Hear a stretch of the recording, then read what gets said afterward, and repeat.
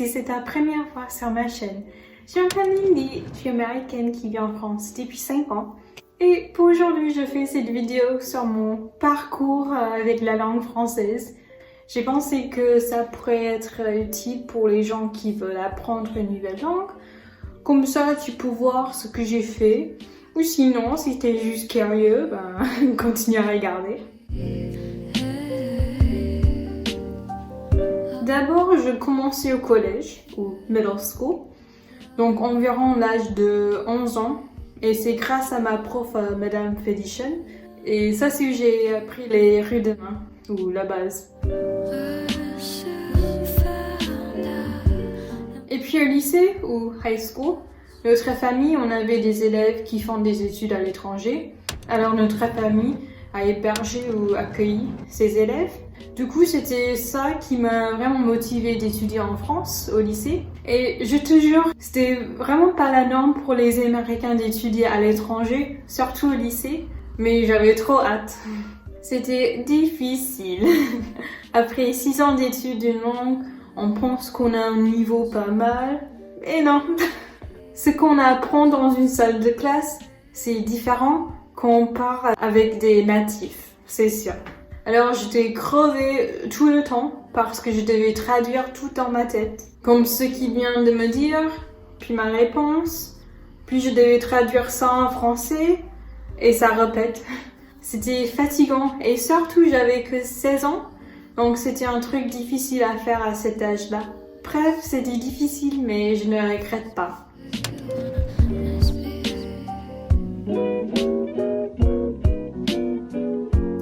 À la fac.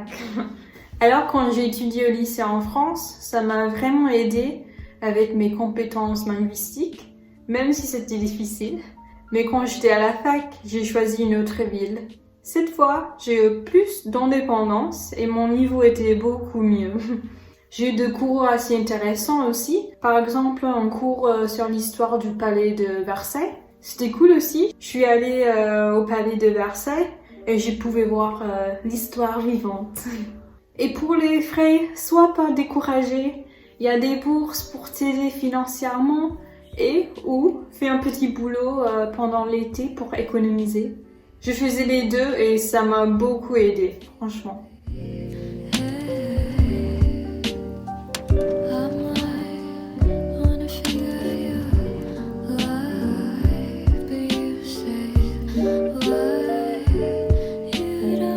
Puis après la fac, j'ai déménagé en France pour enseigner l'anglais comme assistante de langue.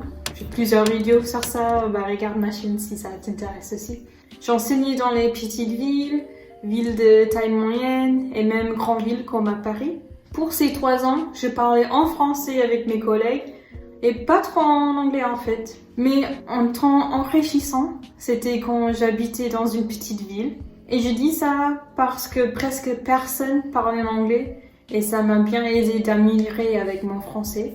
Je me suis inscrite dans une salle de sport et j'ai fait des cours. Comme ça, j'ai rencontré des gens et encore, c'était bien pour pratiquer mon français.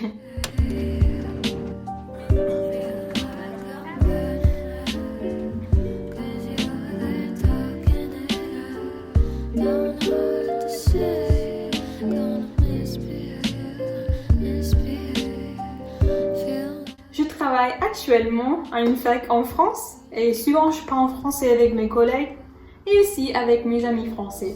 Alors, je parle en français tous les jours, soit à l'oral ou soit quand j'écris des messages ou des mails. Je lis en français ou si je regarde une série. J'ai même mon portable en français. Je pense que ça c'est un truc clé.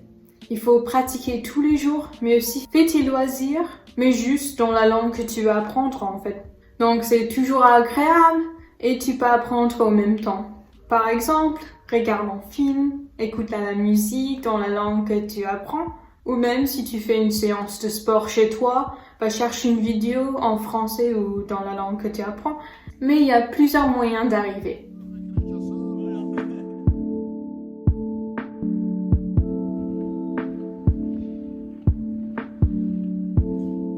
Et voilà. Dis-moi si tu es en train d'apprendre une autre langue et laisse tes conseils pour les autres en bas. c'est utile. Mille merci, à la prochaine et bisous. Salut!